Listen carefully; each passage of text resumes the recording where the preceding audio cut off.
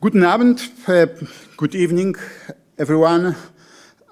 We are very happy to see you here for what we expect to be a very informative, interesting, and thought-provoking conversation with our distinguished guest, Daniel Finkelstein.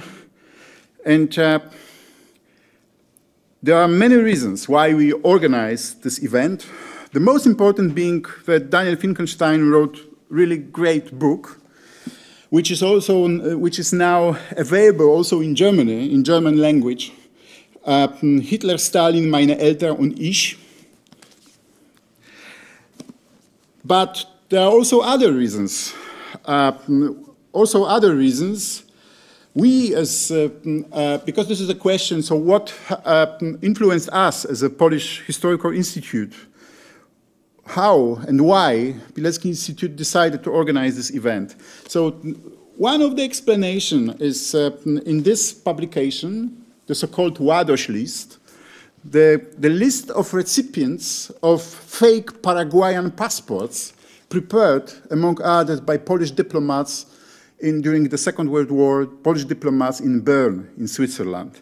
And under number 2855, there's the name of Wiener Margaret. Another number, 2856, Wiener Mirjam Emma. And Mirjam is mother of Lord Finkelstein. Margaret was grandmother. Ruth was your aunt. And now, after I explicitly said what are the reasons, I can name also other reasons. So we, as Pilecki-Institut, prepare some work or documentation in line with work of Alfred Wiener. So, for example, we prepared the collection, also in German language, the first collection of documents of Warsaw Ghetto by Emanuel Ringenblum and his group, Onek Shabbat.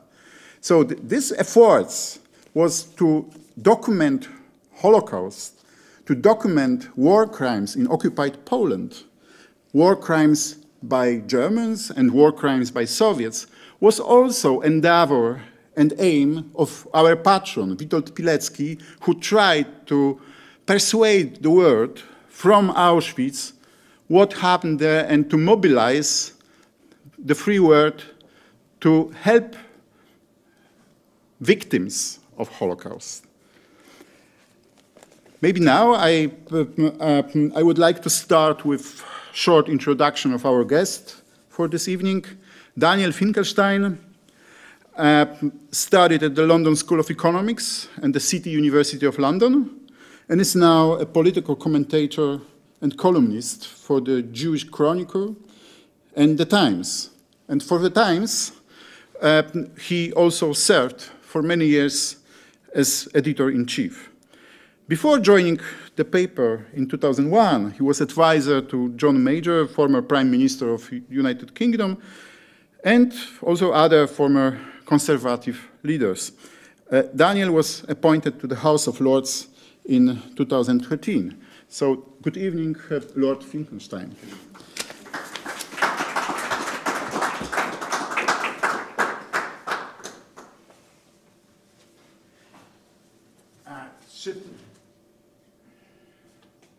Hello, hello.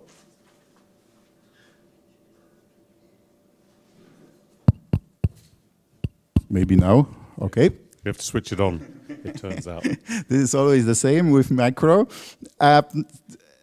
Daniel, let me start with one observation, general observation about the book. In Daniel's book, we see the horror of Soviet Gulag, the horror of Nazi camps, but we see also optimism. This horror and optimism occur side by side. This optimism is also expressed in this book, very excellent book, in the humorous language in which Daniel writes about the fate of his family. I very much enjoyed, I have to say it, the anecdote, which football club your father supported. Your father, Ludwik Finkelstein, originally from Lwów. The father, the Ludwik, told Daniel that this was Pipidówka United, with Pipidówka denoting in Polish language a small unknown town or village.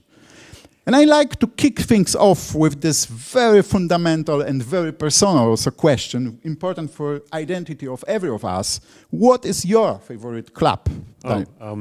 Well, I'm actually a director of Chelsea Football Club, the London club. So I've actually, I'm sure much to my father's astonishment, become quite involved in the football business. My father, and when you read this book, you'll see, I come from a family of people who were extremely interested in intellectual matters. My father's hobby was the study of the progressive rabbis of Warsaw of the 19th century. Right? That was what he was interested in. So for his son to be interested in football, I think, came as something of a surprise. But when I asked him who he supported, he used to always say Pipidówka, and he would pretend that he knew what their score was and everything. It was all in order to disguise the fact that he had no interest in football at all. Now, one possibility is that that just comes from his personality, but another explanation is my parents. Neither of them really had any teenage years. Their years between 10 and 20 were taken up in the events that are covered in this book, and so many of the usual pleasures of teenagers, they didn't really know much about. And in other ways, they were completely normal pair, but there was a gap. So thank you. So because I mentioned this word identity, but maybe this is the good moment to ask you. So what is your identity? So beyond this supporting of Chelsea or other football Pipidówka club, but so what is your identity? Meaning that one part of your family were Polish Jews, another part were German Jews. German Jews were patriots of Germany. Polish Jews, so Finkelsteins were Polish patriots. What is your identity? Well, isn't it fascinating? If you ask me this question without the context of the book, I would undoubtedly have said I'm a British Jew. Okay. Now, in some ways, that is very different from both my grandparents. From Alfred, who was associated himself very much with Potsdam and had lived in Charlottenburg, and with my grandfather Dolu, the family history in Lwów. So in some ways, for me to say I'm British is very odd. However, both of my grandparents, both sides, very much combined their Judaism with the commitment to the nation state. So Dolu, my grandfather, was very much a committed Pole, and he was, I suppose, he was attached to the multi-ethnic Poland which Piłsudski held out the promise of producing until his death.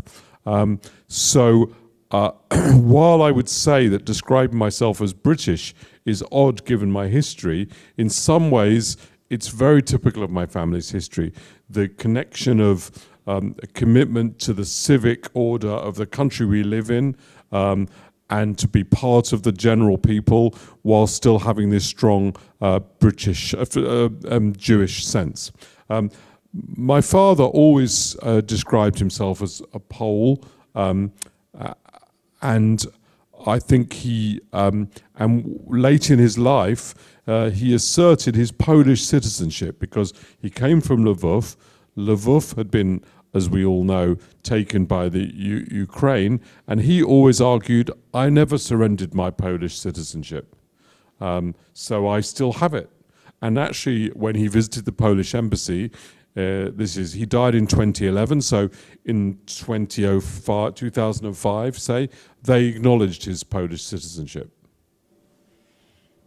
So maybe this is a time to show you a map. I always say to my kids that there's no history without, no understanding history without a proper map. Yeah. So maybe, Daniel, so your book is a complex family story of deportations, Yes. of prisons, of camps, a story of looking for each other and finding and meeting again. Could you introduce the main characters of the book and their movements around the world? Absolutely. So I suppose the best place to start is with my mother's birth in June the 10th, 1933, and that was here in Berlin, and you can see that in Berlin. But by the time my mother was born, Alfred, my grandfather, Alfred Wiener, was already packing to leave Germany. And within a year of my mother's birth, the family was living in Holland. This is because in an exercise similar to the one that you conduct, my grandfather had been tracking the activities of the Nazis, which he believed represented a threat not just to Jews but to German civilization. He had a secret archive that was in Wilhelmstrasse, and when Goering had become the minister with responsibility for Jewish affairs, he had called in my grandfather, told him that he was aware of the secret archive, which had been used to sue leading figures of the Nazi party, including Julius Streicher, who ended up in jail as a result of that. And he told my grandfather, you're going to have to destroy this archive. And so they did actually end up destroying it, and they went from Berlin to Holland. So maybe I can shortly interrupt. So this is additional, it can be additional reason why we organize this event. So this secret archive of Alfred Wiener was, I think, 200 meters or 300 meters from here. So Wilhelmstrasse is just across the street. Exactly. So he was very attached to his Germanness, and one of the reasons I accepted this invitation to come was because it was essential to talk about my grandfather's work right here. And I will come to the Polish element of that. There could be no more appropriate place to talk about it than here. They go from Berlin to Amsterdam, and then Alfred goes to London. That is because in 1938, when Kristallnacht happens, Alfred decides to allow some of his archive work to be used in public in a way that caused the Dutch government to worry that he was undermining their neutrality. So he thought he'd better take this archive that he'd created in Amsterdam and move it to London. So you can see the arrow goes to London. The girls, however, did not go with. They thought that Amsterdam would remain neutral. In May 1940, they are then trapped in Amsterdam. Alfred is in London. They then spend 3 years in Amsterdam. My grandmother Greta is working for the Jewish Council, helping refugees, helping those people who have been deported. And then she herself is deported, and they go to Westerbork, the transit camp, and then from Westerbork to Belsen. Now this is important to Pilecki-Institut. As you come in today, to the left of reception is a cutout figure of Alexander Vados. As it happens, and I'll come on to this in a minute, somebody who'd been in the same school at the same time as my paternal grandfather. But this is quite a coincidence. But nevertheless, my Alexander Vados is in Bern at this point, and he has got the idea that he can create not really fake. That was the thing that was interesting about them. Falsely issued passports that were bought from the honorary consul to Paraguay. One of the reasons he did this, and this is very important, you have an exhibition downstairs, is because the Polish government in exile, to which he belonged, partly was very much in the Pilsudski multi-ethnic tradition, and secondly, nobody was more aware of of the Holocaust than the Poles. The Polish government in exile was the leading body in the world, promoting to world authorities that this was taking place. And Vados thought he had a responsibility to try to do something about it. And I think that group of people were heroic. And my family ended up with one of these documents. The reason that it ended up with one of these documents is quite extraordinary. One of the things that Alfred had done is to sue the publishers of the Protocols of the Elders of Zion, this anti-Semitic document. He had done that with a lawyer, and through that he'd made a network of contacts, and one of these contacts was married to Julius Kuhl, who was an associate of Vados. So they got this document. Vados's team provided them with this document, not having to pay for it actually, just because of the relationship.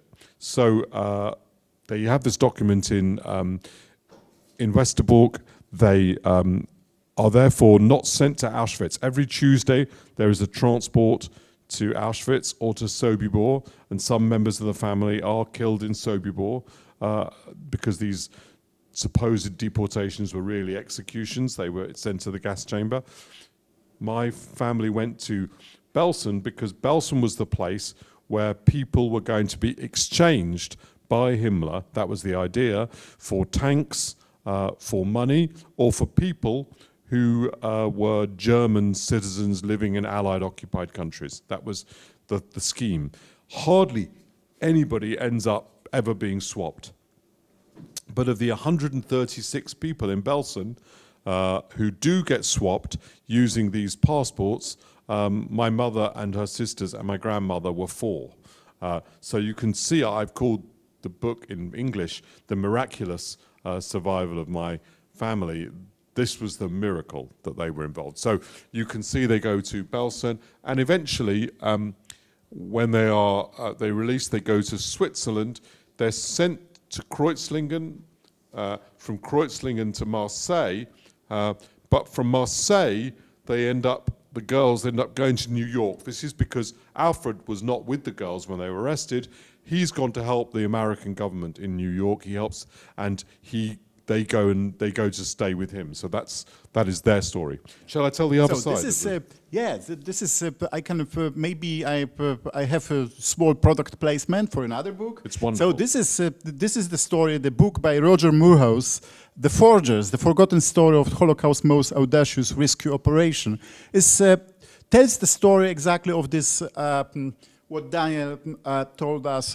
So this, in a way, political economy of Holocaust and exchanging Jews and false passports, fake passports, and this is also very recommended to read. It's a wonderful book. So this was this first one branch of the family, but we have also this other branch. And this is in the context of maybe not very well known here in Germany, or in generally speaking in the West, the story of the deportations of Polish citizens after invasion of Soviet Union into the eastern part of Poland, and these people were deported deeply to the Soviet Siberia. Among them were. Yes, hundreds of thousands of people. So my father is born in Lwów in 1929. His father is a very wealthy man. He owns an iron and steel business, a pipe center, a steel mill. He's known as the Iron King because he's so wealthy.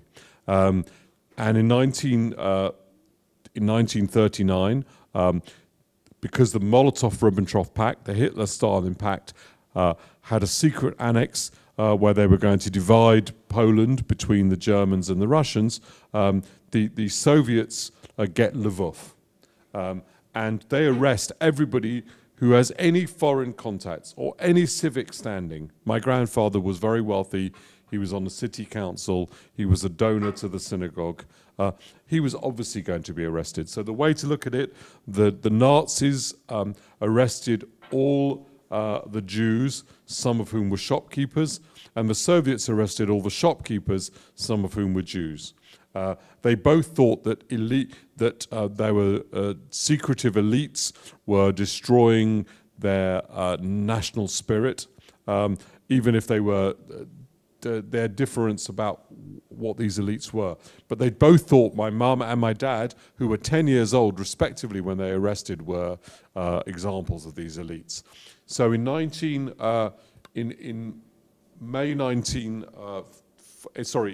1940, there's a knock on the door in their house where they are now living. Their actual normal home has been confiscated already, but in my great-grandmother's house, they search and they arrest, or they ask Dolu to come to my grandfather or my paternal grandfather to come and answer some questions.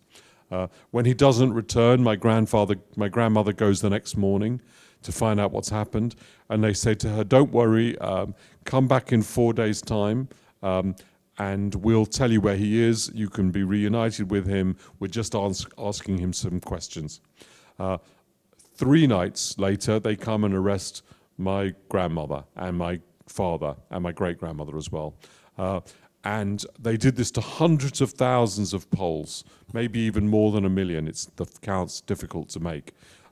Where they took these families and they sent them off to the interior of the Soviet Union. So my grandfather, Dolu, he goes to Kiev, to Poltava, to Starobelsk, and then he gets, in Starobelsk, he's sentenced to 8 years for strengthening the might of capitalist Poland, and he is sent to Ukhta, right at the top of the map. Meanwhile, my grandmother and my father are sent through Ukraine, and they end up near Semipalatinsk, in a state collective farm near Semipalatinsk. It's actually 4 days horse and cart ride from Semipalatinsk. And there they would definitely have died because they spend the winter. My grandfather becomes a pack horse. He has to pull huge logs to the river. He's hardly given any food. He's more than 50 years old by this point. It's hopeless, really, what they're asking him to do, and it looks like he won't survive. My grandmother, they're living in a unprotected shack which is made of cow dung. It's below freezing inside. The only food they have are food parcels sent to them from Lwów by my grandmother's sister and brother. That was just enough to keep them alive. They have no fuel to cook it with, though. And then, just as things are beginning to look as though there's going to be a second winter of the same kind, at this point, Hitler invades the Soviet Union. Hitler invading the Soviet Union meant that all the people who sent the food parcels, who were living in Lwów, they were killed. The Jewish, not one of them survives. But it does mean that my grandmother and my grandfather and my father were released, and they go. This is another miracle. So they reunited in Uzbekistan. Exactly, and they become reunited in Uzbekistan. My grandfather goes to Totskoye, then he goes to Yangayul from Semipalatinsk. They go to meet him in Yangayul, and then together they go to Turkmenistan and Uzbekistan, across the Caspian Sea to Tehran with the Anders army, because my grandfather has joined up with the Anders army. My grandmother has this idea, if Dolu is still alive, which she had no knowledge of whether he was or not, she hadn't heard from him at all, he's going to try to join the army. And one of the great miracles of the post-war, of the late war, is that the Polish Free Army was entrusted to Anders, who turns out to be a great man, capable of persuading the other, both Stalin to let his army go and the British to accept that they would then have to feed the army and its dependents. And he then saves the lives of the Poles that are in exile in the Soviet Union and gets them out. And they come to Iran via Palestine, then they go via Palestine. Eventually they become part of the Polish Resettlement Corps, and they come to London, where my mother, meanwhile, has come from New York to London in 1947. They're both there, and they meet each other in the mid-1950s, 1953. So one of the moments I was really deeply emotionally shocked was this passage in your book about how your grandmother Margarete Wiener, so after keeping kids alive, after this miraculous escape from Bergen-Belsen, so dies from weakness. Yes. In Switzerland, yes? So, yeah. So, you know, possibly one of the central tragedies of this book. They achieve these passports. They're in Belsen. Belsen is supposed to be, has these exchanges. In fact, it simply slides down more and more into hunger and disease. More and more people are brought to Belsen from the camps that they close everywhere else, because Belsen is near Hanover, so they move them into the middle. This includes Anne Frank, who, by the way, the Frank family and my family were friends with each other. So Ruth, in her little diary, she records Margot and Anne Frank in next door camp in the other. So she saw them as through the wire and wrote it down.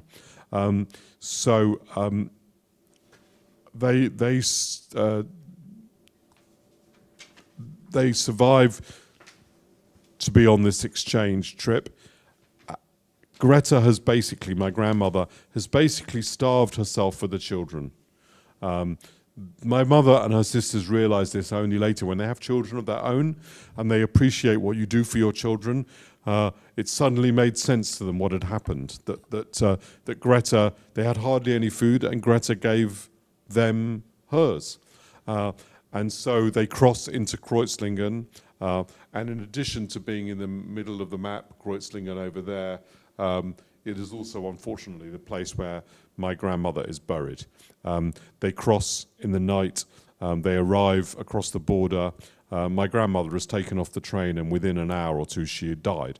She had this extraordinary willpower which allowed her to pretend not to be ill just long enough for the Nazis to include them in the exchange, because they were looking to remove those people, so they didn't want somebody to die when they crossed over, just because it would reveal to the world what was happening. And indeed it did. If you look at some of the Allied government documents, it contains the fact that my grandmother has starved to death, and this is an indication of what's happening in the camps. So your second grandmother, Lucia, so there was portrayed in your book as such a strong lady, so who managed to survive, and who was also this lady after the war in London. Yeah, look, I you know, to some extent, the reason for my family's survival is simply good fortune. Second reason, which is important, there's a class element to it. My grandfather had sued. He knew a lawyer.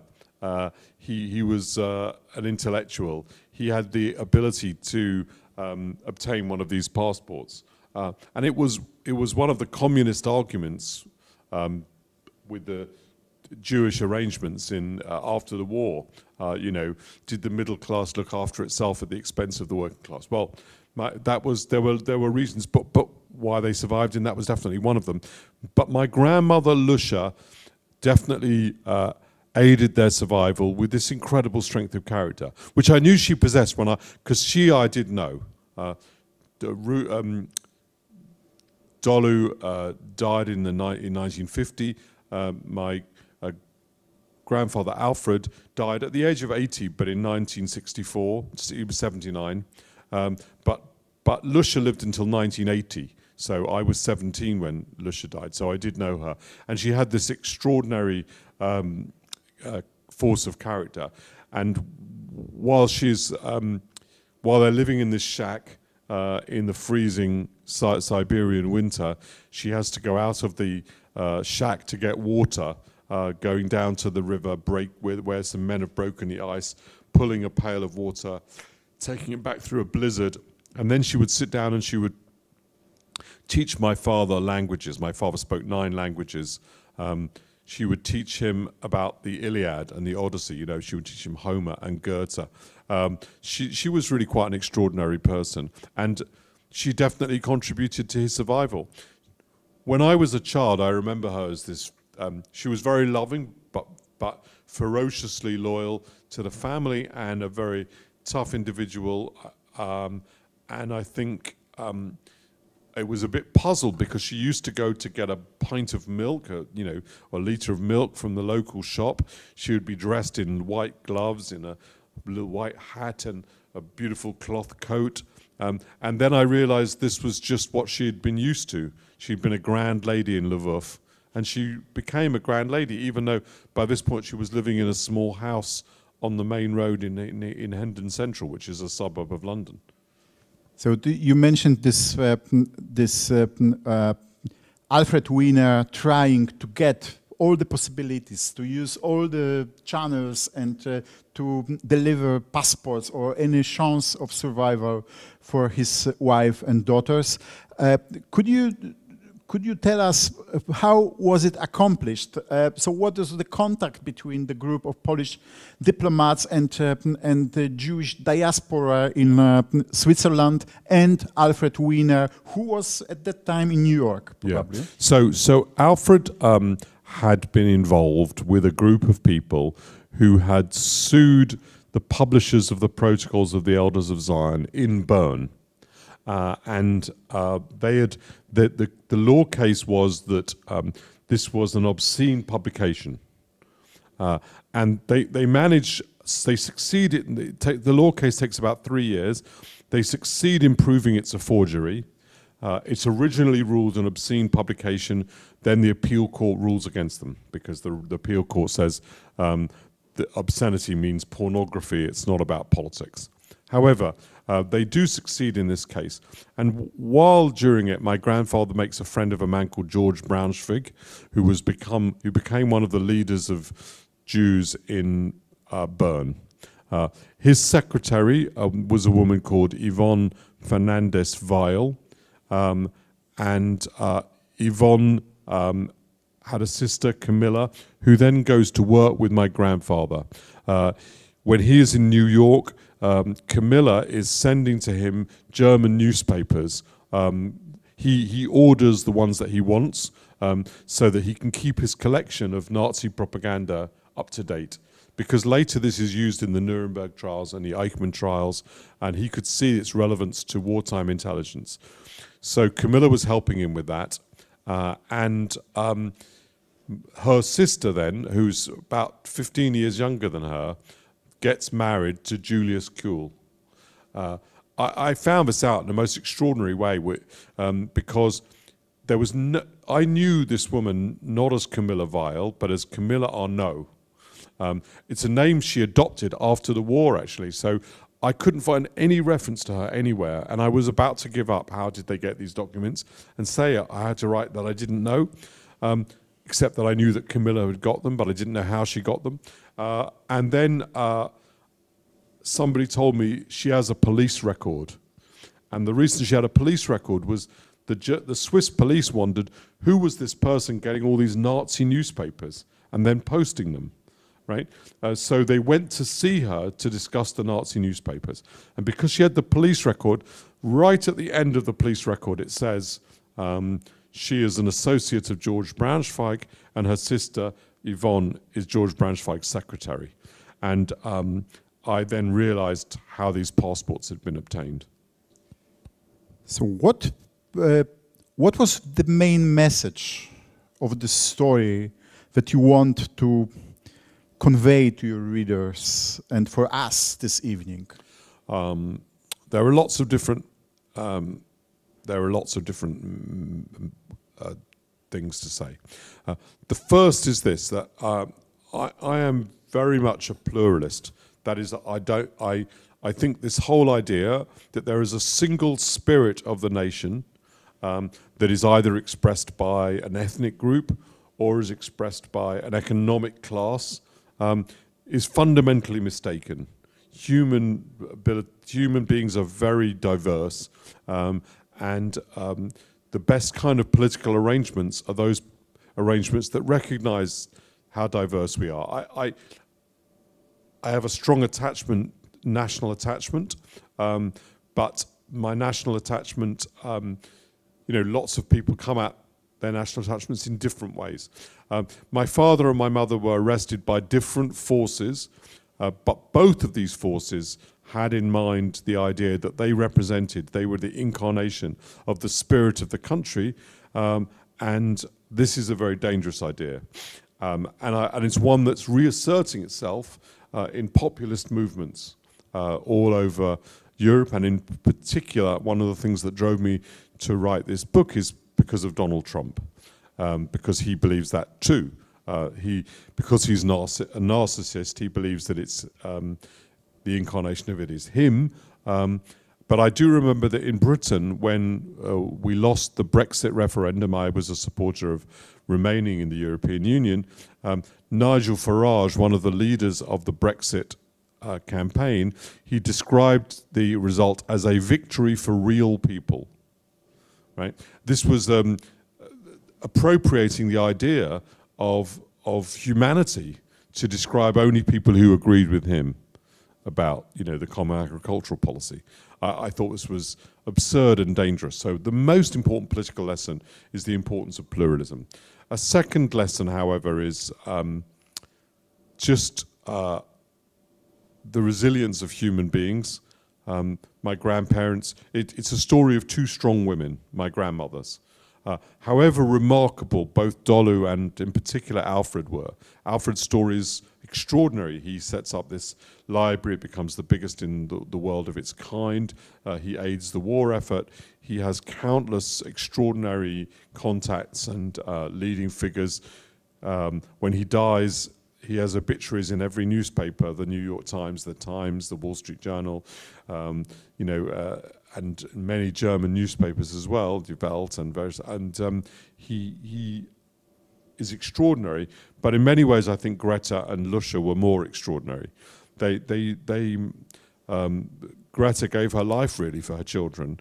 Lusha gave everything but that, and would have given that if she'd needed to. So are there any parts or moments of the story? So there are many, but maybe are there any moments of these two stories or separate stories which are most important for you, or you you can recollect? Okay, so this was something very important for me, for example, as a young child of your parents. Well, it's very interesting. There isn't any one thing. My parents told me these stories, and it was very satisfying for me to sit down and understand as an adult these stories. So, for instance, Belsen, I knew my mother had been there, but I didn't really understand what it was. Why did they create it? Who was there? What happened? So that, I think it was very significant to me to work it out. If I'm asked to find my favorite story in the book, my mother had we used to have a family friend who was called Betty. And I used to know her as Betty from Nottingham. Nottingham is a small city just outside London where Robin Hood comes from. And something like Pipidówka, or? Exactly, it's the Pipidówka with the Pipidówka. There is a real Nottingham Forest football club, by the way, but it's Pipidówka.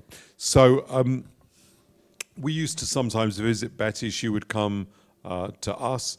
In the correspondence, my mother gave Betty a dustbin for her birthday, and she used to give me like little diaries.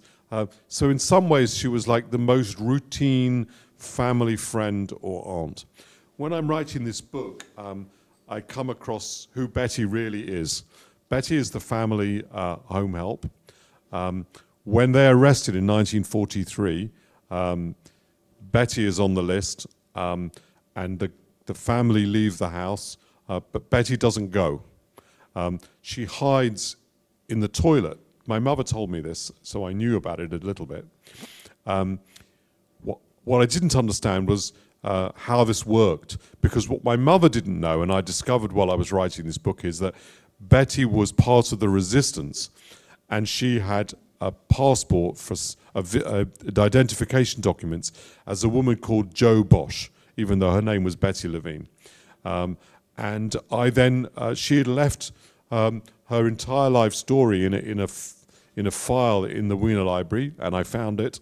And it tells the story of her extraordinary escape out of the window of the Gestapo building. Then she's recaptured, and then eventually she escapes the Nazis by mingling with a group of school children who are standing near the bus when she's being transported to Westerbork, and she manages to escape during this process. And so this apparently innocuous, apparently routine aunt of mine turns out to be an extraordinary heroic figure. I was surprised. So you mentioned that you got some information relatively lately. So for example, about Betty, but I was generally surprised by how many details you were able to find in letters and other documents. But maybe, just maybe, there are some things you really wanted to find out, but you were not able to. And these things wait for explanation. Yes. So, if anybody wants to write a history of their own family, my advice to you is to be the grandson of one of the great archivists of the 20th century. It was really helpful. So Alfred had collected all these documents and also encouraged my father to keep all of his. So I had this amazing array of documents. It was a lot of work going through them, but I had these suitcases of documents underneath my desk from when my mother died in 2016. And when COVID came, I took them out, and I spent pretty much a year while I was doing my other work, but less, just going through these documents bit by bit. And just to give you an example, the first suitcase I opened, I have a very boring document. It is my grandfather Alfred's British passport, right? When it's expired, they give it you back and they cut the corner off. So I have this passport, and I'm flicking through it because it's the first document. Otherwise, I wouldn't have looked at it. And on about page 3, it says that Alfred was 5'7". Now, I knew that my grandmother Greta, was 6 foot. So suddenly I've got this amazing picture of these two of them, him like small, she's huge, right? It's very interesting. And I realized in that moment, oh my goodness, even the most boring document in this collection of these suitcases is a document I need to read. So I then went through every line of every document and pretty much pick up something all the time, but it did take a long time. The one thing that I never really was able to discover, it's a byway really. My grandfather Dolu has a brother called Bernard. Bernard is married to a woman called Linka. When Bernard dies, which he does in Tehran, very much weakened by his experience, he's helping as an engineer to build the Tehran railroad because he's an iron and steel engineer. He's buried in Tehran. But Linka is not with him.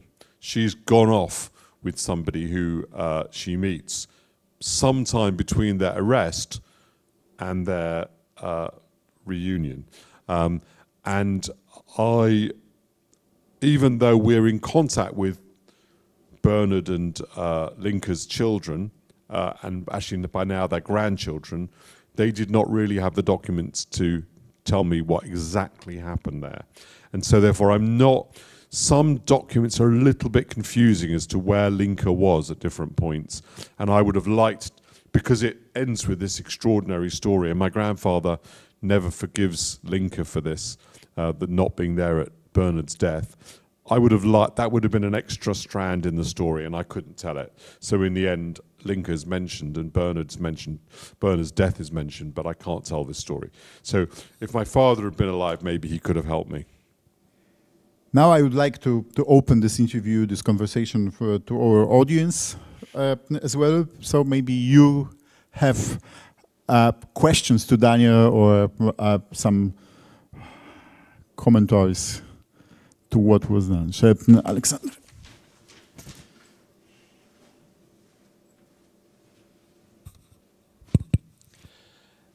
You partly answered already to my question, but what I'm really interested about is in your family.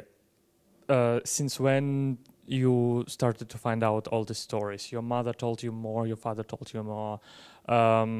Was it like one huge talk, or like every Shabbat you told a little bit, you got told about a little bit of this story? So there's like transfer of this knowledge through your family would be very interesting. Very good question. So I've always known since I was very little, you know, I can't remember not knowing the essential bit of the story, that my father was in this state farm, that my mother was in Belsen. I knew that really from, I can't remember ever not knowing that.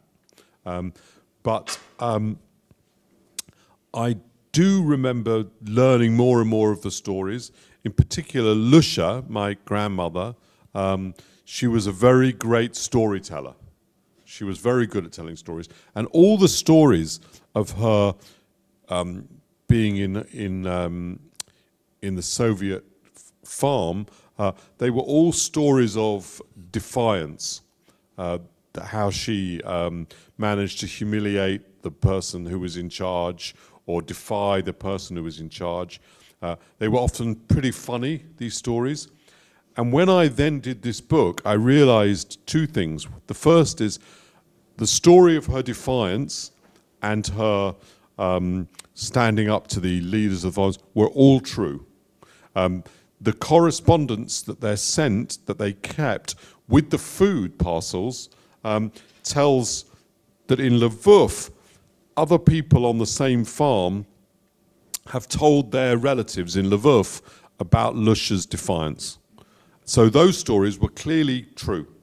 But they also discovered that it was substantially more miserable than my grandmother gave me to believe. She'd been distraught on the journey from Lwów to the farm to Semipalatinsk, and she refers to the farm later as an island of hunger and death, and basically says anything would be better than that.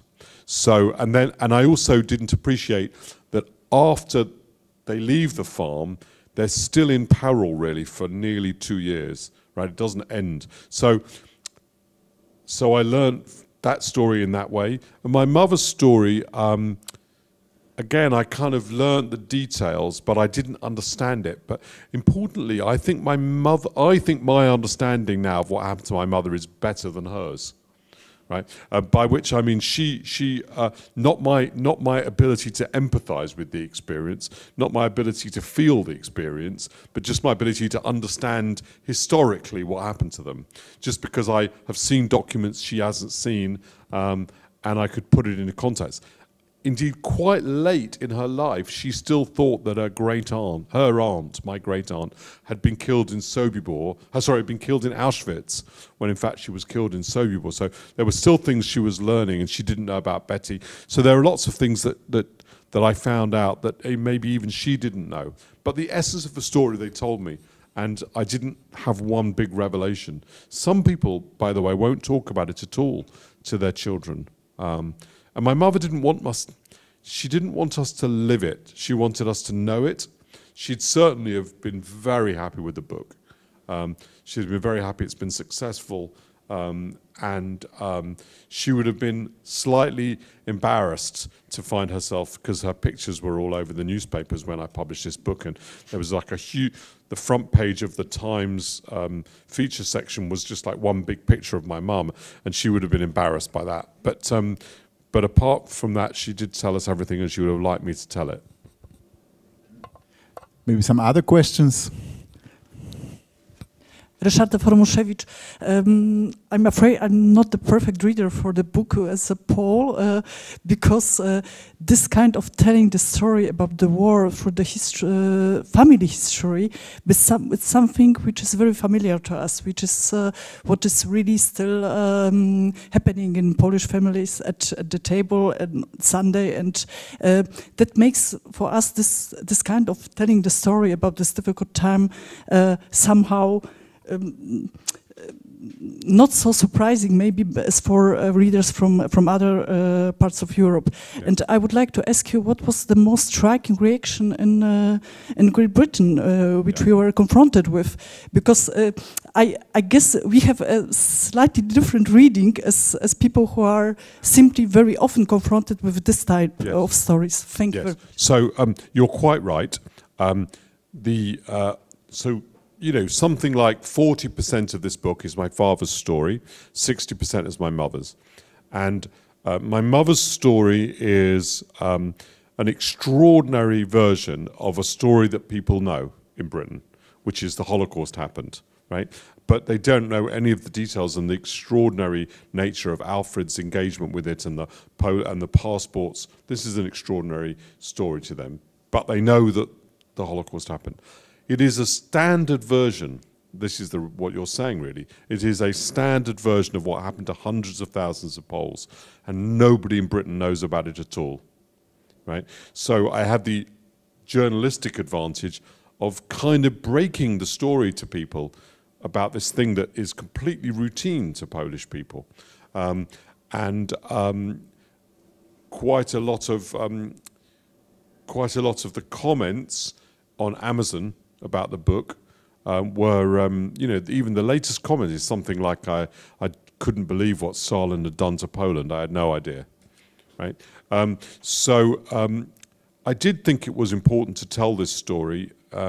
My father, when my father was dying, I mean, he was in his 80s, and he died quite peacefully, but one of the things that he said to me is he wanted me always to be a friend of Poland. Because he felt very attached to Poland. Not every Jew had that experience, but he felt the Anders army had been a liberation for him. He wasn't aware, I don't think, of the Ładoś, the role of Ładoś in my mother's passport at all, but he was aware of the Anders army, and he felt very strongly about it. So I wanted to tell this story precisely so that people in Britain would understand more about the experience of Poles. I've had a very positive reaction. I mean, the book has been extremely well reviewed, and it's sold a lot of copies in Britain. One of the reasons for that is because people didn't know about this. So maybe if you talk about Ludwik, about your father, so I can recollect. So my reaction to what you wrote about him,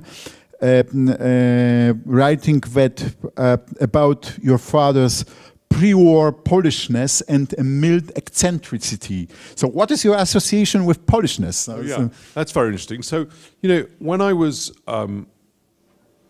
growing up, obviously my grandmother, in particular, she was born in 1900, so the war had happened in her 40s. When she came here, she was 45, but it was too late by that point to become someone else. And she was always a great Polish lady. And as a result, her and my father spoke, and much of their correspondence is in Polish. We had some Polish friends. We ate quite often Polish food, pierogi, for example. you know, I remember always hearing my grandmother talking on the phone to her friends in Polish. And the other thing that I remember very clearly once, she had a bunch of roses on her birthday. Really impressive, beautiful bunch it was. And I said, "Oh, Granny, who sent you these roses?" And she said, the President of Poland, right? So I was like, "What are you talking about, the President of Poland?" Anyway, the President of Poland was Ostrowski. He was the head of the government in exile, which I know in Poland was regarded as a kind of somewhat eccentric group of people. But actually, that wasn't how my grandmother saw it at all, and neither do I in retrospect. I think that the passing of the candle from the government of Poland that was deposed in 1939 through to 1990, that is, I think, is very moving, and they performed a great historical function. Anyway, so I definitely knew that I had this strong Polishness, but at the same time, Poland was, you know, until 1990 was behind the Iron Curtain. I thought of it, and I also realized that even that my family home was not in Poland; it's in Ukraine now. So it was always a slightly odd association, but the preparation of this book and the reading of you know, the translation of letters from Polish into English, and understanding the history of Lwów and of Piłsudski, you know, I've had to read an awful lot. I understand, you know, Kazimierz Bartel. I've understood a lot more about Polish politics, and have become more, I feel it more strongly now. But the routine of going to the beach with a tie by your father, so was more British or Polish? Yeah, well, look, who knows? I think it was also, you know, distinctly my father, okay? But nevertheless, I think my father always said to me, his slight formality. My father was a very warm person, lovely, but he was quite formal.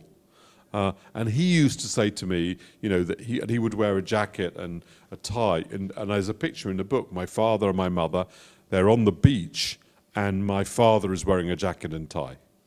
My father would do his tie up to answer the telephone. He said to me that was his Polishness. That's what he described it. Please. Yes, first of all, thanks a lot for this really engaging conversation. And I wanted to ask you, if we were to employ your book and your family story as a sort of more philosophical lens through which we see contemporary issues. Like you mentioned, one thing that the basic lesson is that human affairs are by definition defined by identities as multitudes who are multifaceted rather than these really narrow identities. But what other lessons, like we have, we live in times of war and the adoption of notions such as genocide again. What do you think are we supposed to draw from this for today? Okay, so everyone will have their own lessons. I draw two lessons that are in fact a little bit in tension, in addition to the one on Pilecki, the one I said on pluralism. The first is humanity is much better if everyone were to like stay at home and watch television and go out and meet their friends. Why on earth everyone wants to assert themselves through these radical ideas, turn societies upside down, and kill each other in the process? It seems to me from reading these things, everyone would have been happier if nobody had set about doing this, right? Including the people who did it. And so I am quite conservative with a small c. I'm openly that. I'm pretty skeptical about all big radical schemes for sweeping away institutions and changing them, and the language of radicalism has no appeal to me. And often, and I believe in compromise, even when I'm end up splitting the difference between people. I think it's much easier for people to get on with each other than people make it, right? And my mother would never have a row with somebody on the synagogue council, right? Or fall out with her neighbor about a hedge. It's like, can't we just get on with each other? That would be my first thing. Slightly in tension to this. One of the lessons is you also have to be ready to fight to defend yourself. So obviously you touched on the issue of genocide, and I probably should just talk about that. Alfred Wiener was one of Germany's leading anti-Zionists.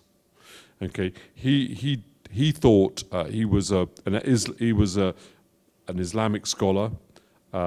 He was very German. He felt Jews had a home in Europe. Palestine was too small for them to go. If some people wanted to go to Palestine, he got that because he liked it himself. He loved it, but he didn't think a state should be created there. He think Jews had a state. Germany, it was Poland. And obviously, this hope of his meets a disastrous end, okay? Because it turns out that the Jews did not have a home. And Alfred's hope that he has this argument, he's saying, we can live here. I don't want to live where you're living. If we live where you're living, we'll never have peace because the Arabs who are living there will not welcome us, and they're living there already. They won't want a Jewish state. We'll be constantly fighting them. And the Zionists were saying, well, we can't stay here. People will kill us.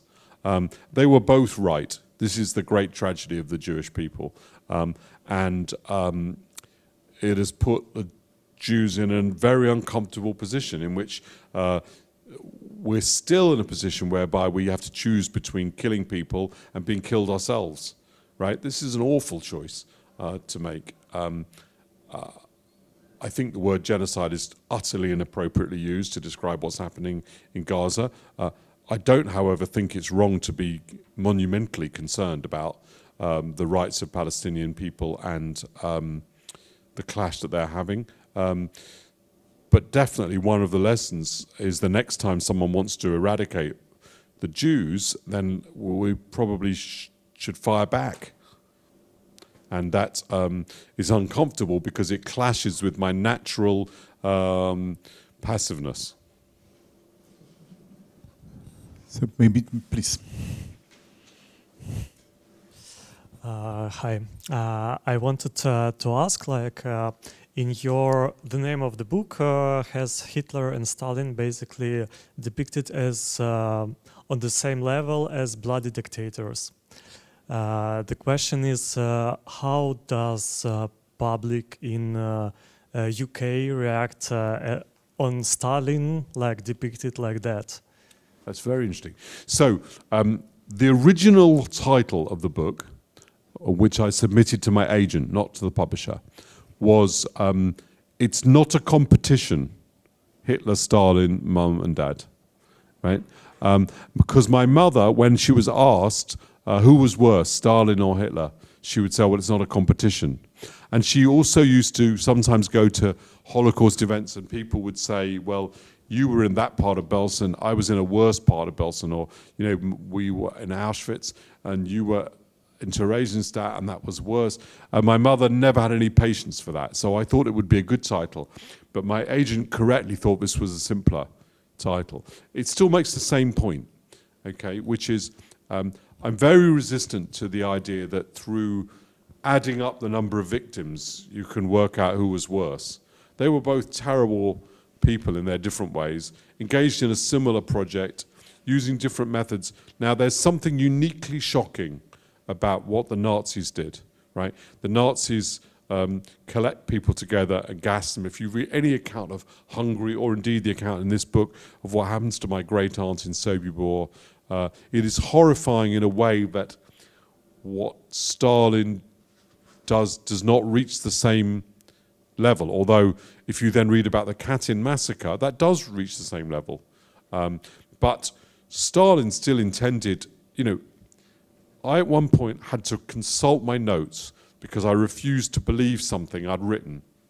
And what I'd written was a quarter of the inmates in the Gulag died every year. And I thought, I can't be every year. It must mean over the period. No, I was right, every year, right? So they were both terrible. Now you asked me a different question, which was, how do people react in Britain, right? One of the reasons, I think this book has helped to promote the argument that there's a commonality between them. What has previously been thought almost childish to assert that communism and fascism have similarities and have achieved in similar ways the same ends. But I don't think I'll ever succeed in persuading people that they are both equally pernicious doctrines. But I don't have to because it's not a competition. Thank you. Please.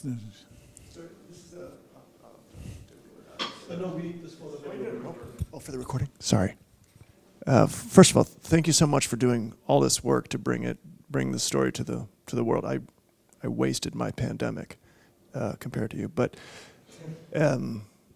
my question is, looking at the lines on the map and listening to all of the coincidental moments that has brought you here, sitting in front of us, and then looking at the title that includes the word miraculous, I'm curious what you took away from your family's relationship to how the universe works, maybe not to Judaism, but directly to God. And you're in a safe space. How did their relationship work for the rest of their lives with God, given everyone who didn't have the coincidences, never mind the worldly means, the coincidences that brought your family back together seems incredible, miraculous, but that word teeters on something metaphysical. Yes. So there's an amazing moment in the film Hannah and Her Sisters where Woody Allen is asking his father, the film, why are there Nazis? And his father goes, how should I know why there are Nazis? I can't work the can opener, right? He's like, he's kind of telling a truth, which is some of these questions are so big, and you know, I have difficulty working my way out how to get on the S9 from the airport to Friedrichstrasse. But let me give you sketch out some ideas. The first is, though my family is very attached to Judaism, it's not similarly attached to a metaphysical God. It is, my mother quite strongly did not believe that God arranges the universe.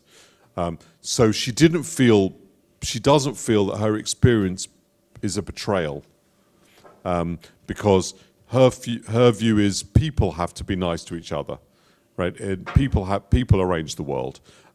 She believes that she believed that being part of our identity and part of the community of Jews was very important, and the concept of God and the tradition of it brought people together. But she didn't believe God arranged it, because if you thought that, you'd have had to think God decided that my mother should live, but her mother should die, and that my aunt should live, but her own cousin Fritz should go to Sobibor. You can't think that. That cannot be the case. And so, but it fortunately, if you look at in my aunt's Posey book, which is her kind of autograph book from when she's 10, 11 years old, my grandmother has a quote from Goethe, and it's clear that Greta also believed that human beings had to create good intentions, not that it wasn't metaphysical. So that's the first thing. Some people reacted to the Holocaust by believing that Judaism had brought them nothing but trouble, and they were just going to say goodbye to it and all religion and leave it behind, because if people knew they were Jews, this could all happen again. Other people gained great sustenance from the sense of community and tradition that Judaism brought them in the camps, and they carried it on afterwards. And my aunt Ruth very much belonged to that group, and my mother as well.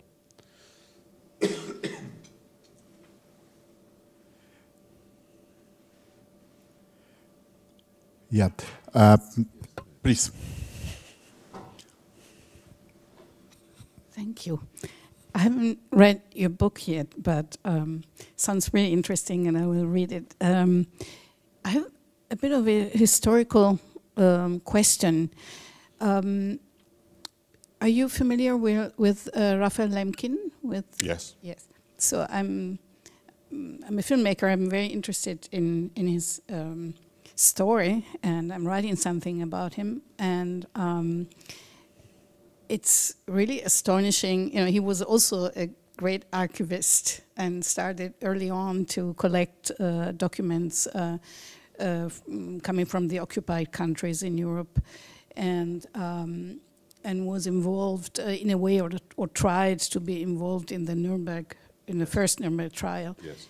Was your grandfather involved in the trial as well? And do you know whether they ever met? No, okay, so I think it's very, very likely they knew each other. Mm-hmm.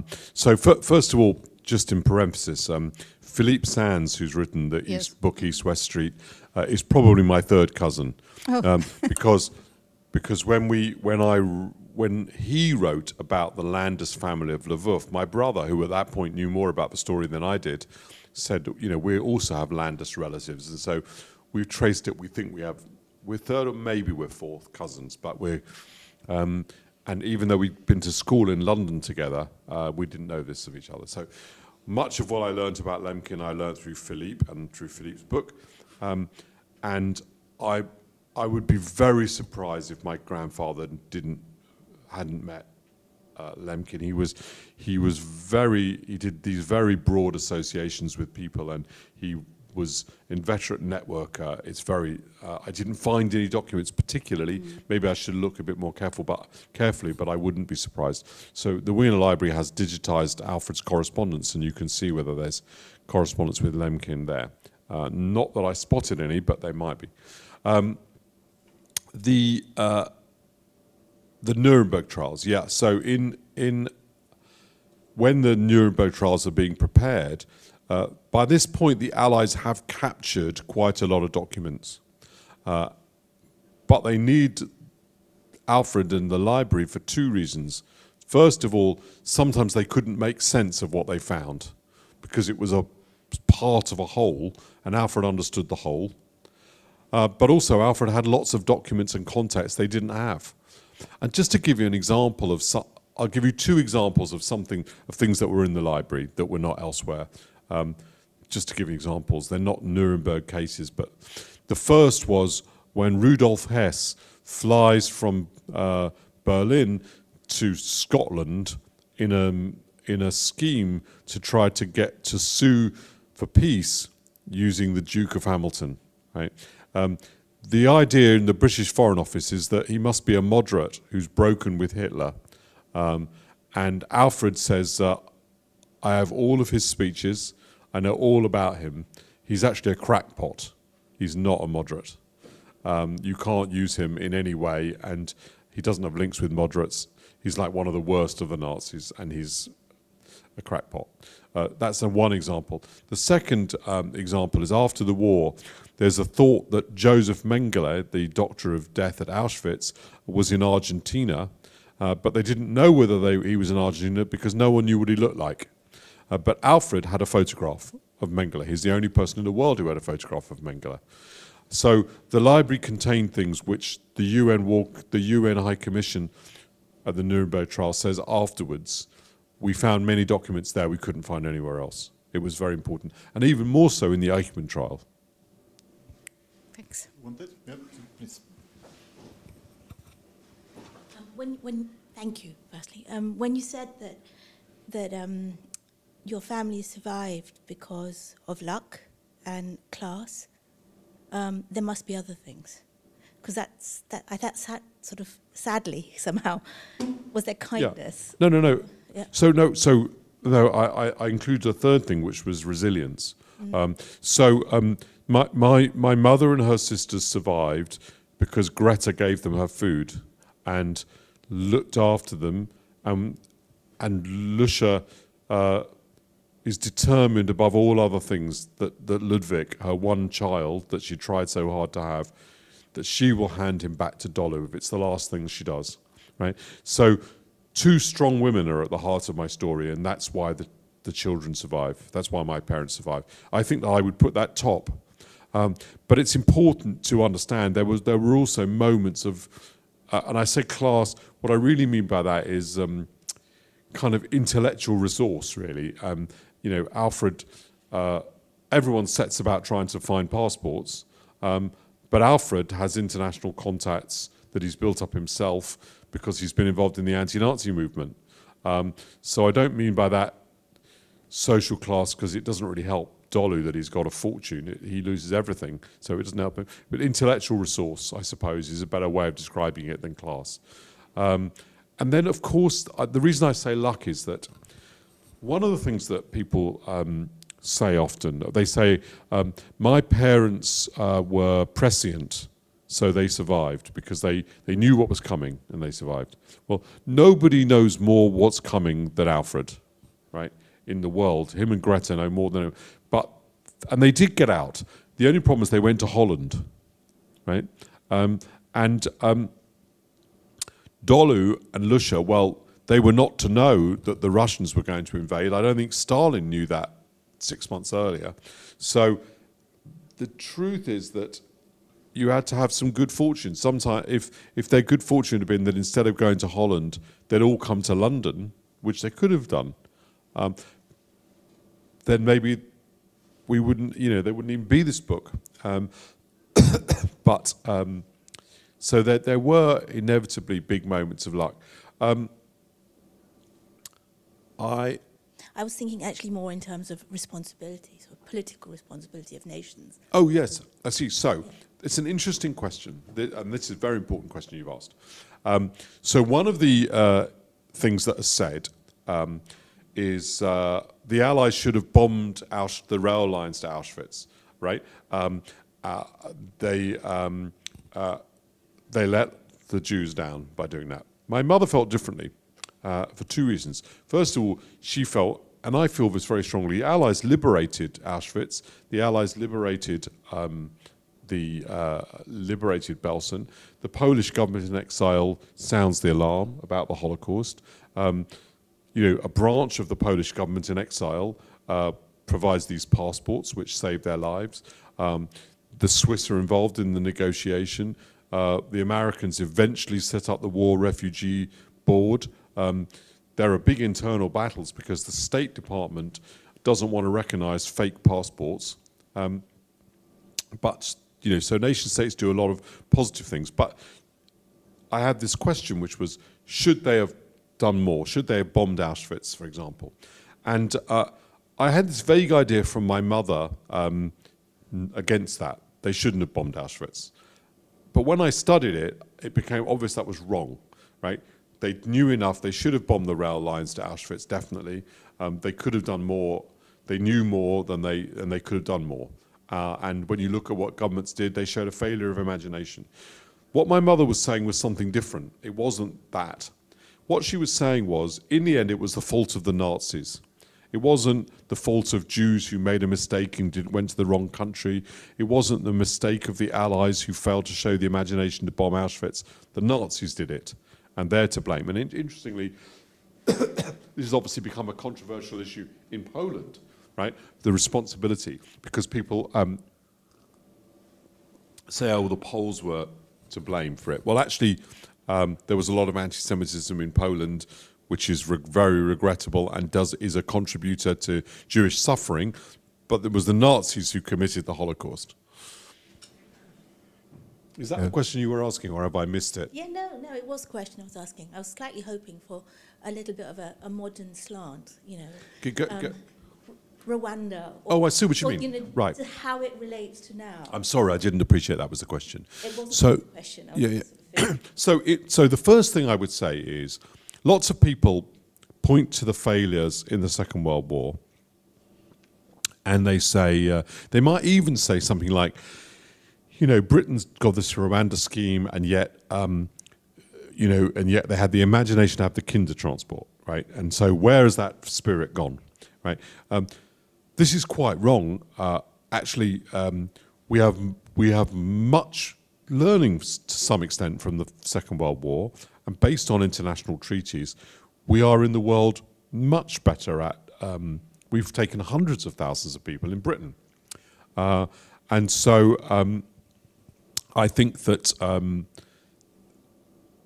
it demonstrates the importance. I couldn't, by the way, support the Rwanda program because I think that, and a little bit was because of my history. So I didn't. I thought it was an inappropriate program. But you also do have. But I don't think believing that there should be some forms of control clashes with the responsibility of nations to deal with refugee problems. You know, you're always going to have to draw the line somewhere, I guess. However, so I think in the modern world we do much better than they did in 1945, and between 1940 and 1945, because we have to some extent learned those lessons. We're now facing a different problem, which is simply the sheer scale of people who can come. How do we deal with that? It's a different issue from the issue they faced, where they did fail pretty egregiously. So I would also say this, there is everyone, when they talk about what could the countries have done, talks about letting refugees come to countries, right? Which obviously, you know, my history makes me sympathetic to. But they miss out this, which is, my grandfather, Alfred, didn't want to be a refugee, right? He wanted to live in Germany. The point at which he wanted help was before he was driven out of both Germany and Holland.